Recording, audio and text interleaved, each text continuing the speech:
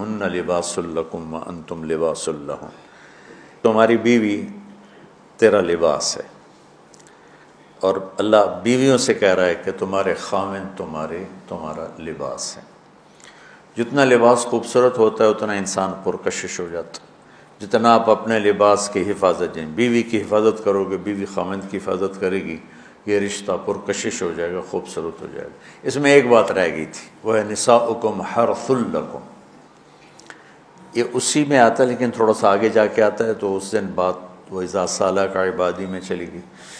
تو نساؤکم حرث لکم فَأْتُوا حَرْثَكُمْ أَنَّىٰ شِئْتُمْ، اس کا مفسرین نے ایک ہی مطلب بیان کیا جو فَأْتُوا حَرْثَكُمْ أَنَّىٰ شِئْتُمْ، لیکن کیونکہ میں ذمہ دار ہوں مجھے حرث سے ایک مطلب سمجھ آئے، میرے پیشے کا لفظ ہے نا حرث۔ اللہ نے یہاں عورت کو تشبیہ دی ہے کھیتی سے۔ میری آنکھ اس ماحول میں کھلی جہاں ہم پشتوں سے ذمہ دار چلے آ رہے ہیں۔ درخت جب پھل نہیں دیتا ہے تو ذمہ دار اس کو ڈنڈے مارتا ہے، اس کو گالیاں نکالتا ہے۔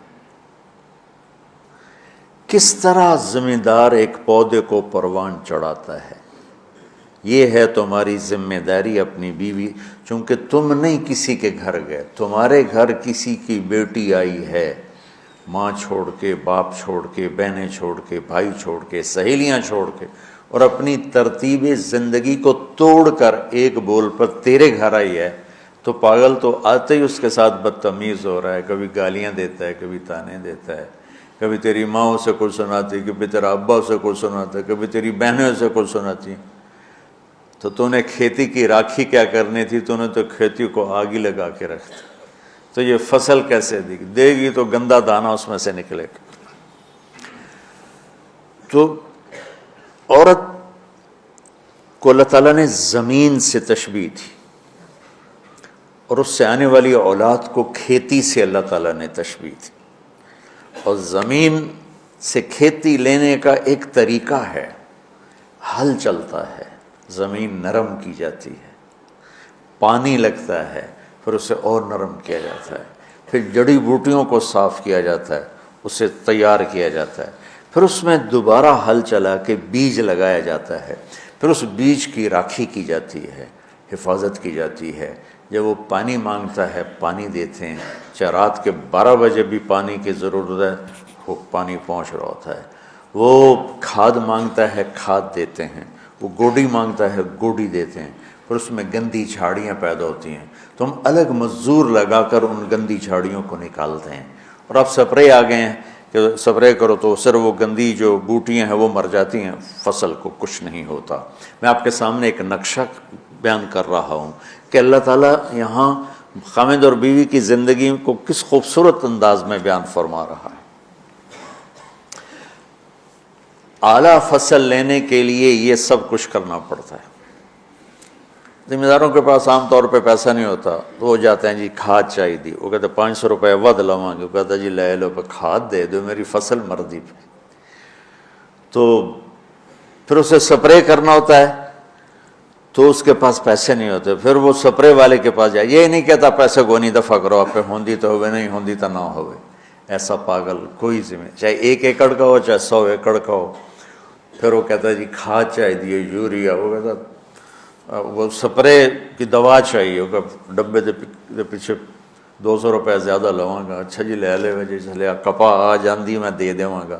وہ ادھار پہ مہنگا سامان اٹھاتا ہے اور اس کی ضرورت کو پورا کرتا ہے۔ وہ گندم کو یہ نہیں کہتا، کپاس کو یہی نہیں کہتا میرے کو پیسہ کوئی نہیں، میں نہ تینوں پانی لا سکنا، نہ کھاد دے سکنا، نہ سپرے کر سکنا، تو پھر مکھیاں ہی مارے گا، روٹی تو کوئی نہیں لبنی۔ عورت کی زمین میں محبت کا حل چلاؤ، اپنے رات کے آنسوؤں سے اس کو پانی لگاؤ، اپنے اخلاق کے ذریعے سے اس میں بیج ڈالو، پھر اس کو عزت دے کر، احترام دے کر اس فصل کی آبیاری کرو، اس کو اوپر چڑھاؤ۔ اس میں جو گندی جھاڑیاں ہو گئی، کبھی یہ ادھر سے گندا آئے گا، کبھی ادھر سے گندگی آئے گی، کبھی ساس کی طرف سے، کبھی سسر کی طرف سے، کبھی بہنوں کی طرف سے، کبھی لڑکی کے ماں باپ کی طرف۔ بعض لڑکی کے ماں باپ ایسے بے وقوف ہوتے ہیں کہ اپنی بیٹیوں کا گھر اجاڑ دیتے ہیں، شادی کرنے کے بعد بھی بیٹی کو اپنے حکم پر چلانے کی کوشش کرتے ہیں تو خاوند کہاں برداشت کرتا ہے؟ شادی کے بعد بیوی پر ماں کا حق نہیں ہے، باپ کا حق نہیں ہونے کا مطلب ہے کہ پہلے اب خاوند کا حق ہے، پھر ماں باپ کا حق ہے۔ ماں کچھ کہے، خاوند کچھ کہے تو اسے خاوند کی اطاعت کرنی ہے، ماں کی نہیں، ماں کی نہیں۔ لیکن کچھ والدین ایسے ہیں جو اپنے بیٹیوں کو برباد کر دیتے ہیں، پیچھے سے ڈوریں ہلا ہلا ہلا، ایسے کیسز چھوڑے ہیں۔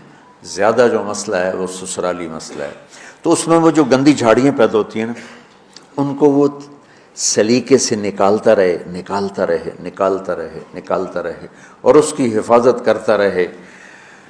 یہ جو آموں کا باغ لگتا ہے نا تو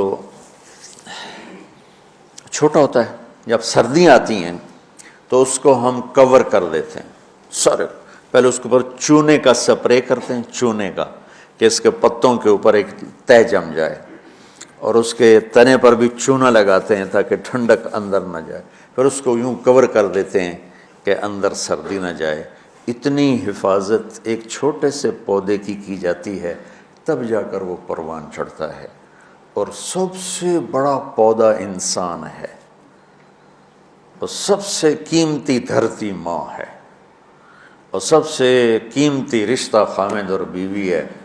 اور آج کے خاوند بیوی کو ماں کی گالیاں نکال رہے، بہنوں کی گالیاں نکال رہے، جیسے وہ خرید کے کسی لونڈی کو خرید کے لیں۔ کسی کی بیٹی ہے تو کھیتی، تم لوگ دورے والے اب جا رہے ہو، تمہاری شادیاں ہو گئیں، تو اللہ کے واسطے بچوں بدتمیز نہ بننا اپنی بیویوں کے ساتھ، یاد رکھنا میری باتوں کو۔ وہ جو گیت تم نے سنا نہیں میری عمر بھر کا ریاض تھا، میرے درد کی تھی وہ داستاں جسے تم ہنسی میں اڑا گئے۔ کہیں ایسا نہ کر دینا میری باتوں کو۔ اگر اپنی زندگی کو خوبصورت دیکھنا چاہتے ہو، عالی شان دیکھنا چاہتے ہو، اپنے اخلاق اچھا کر لو۔ چونکہ بیوی کی بات ہو رہی ہے، ورنہ ہر رشتے میں اسی کی ضرورت۔ ماں کا رشتہ ہے، محبت دینی پڑے گی، باپ کا رشتہ ہے، محبت دینی پڑے گی، بہنوں کا رشتہ ہے، بھائیوں کا رشتہ ہے، اولاد کا رشتہ ہے۔ اگر اولاد پر ہی ڈنڈے برساؤ گے تو تم سے متنفر ہو جائیں گے۔ میرے نبی نے کبھی یوں اپنے نواسوں کو ٹچ بھی نہیں کیا تھا، ایسے بھی نہیں کیا تھا، روزانہ جا کے ان کو ملتے، سینے سے لگاتے، اپنی نسبتوں کو منتقل کیا حسنین کی طرف، واعظ نصیحت نہیں کی۔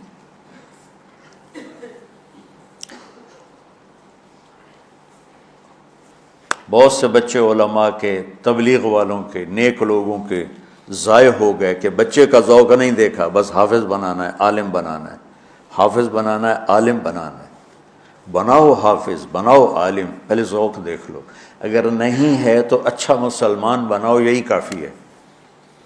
اگر زبردستی چلایا تو وہ بچہ نہ دین کا رہے گا، نہ دنیا کا رہے گا، نہ مدرسے کا رہے گا، نہ تبلیغ کا رہے گا۔ یہ لاکھوں مثالیں میرے سامنے ہیں۔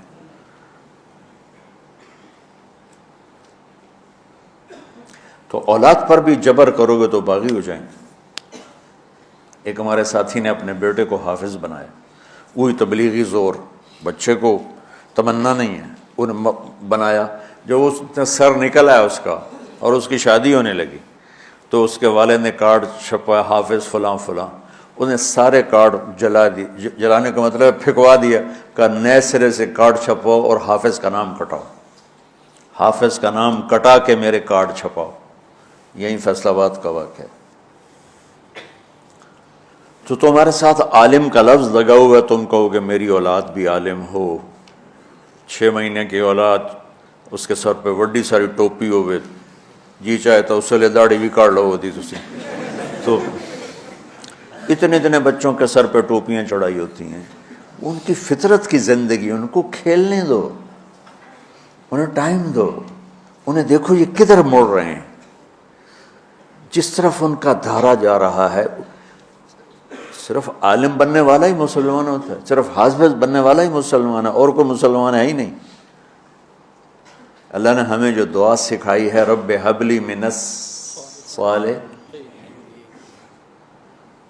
رب ہب لی من العلماء تو نہیں کہا، رب ہب لی من الحفاظ بھی نہیں کہا، من الصالحین۔ نیک ہونا ضروری ہے، عالم ہونا ہو گیا تو ٹھیک ہے، نصیب کی بات ہے، بہت اعلیٰ چیز، حافظ بن گیا بہت اعلیٰ چیز، لیکن زبردستی کراؤ گے پچھتاؤ گے۔ زندگی کے تمام شعبوں کو زندہ کرنا ہے۔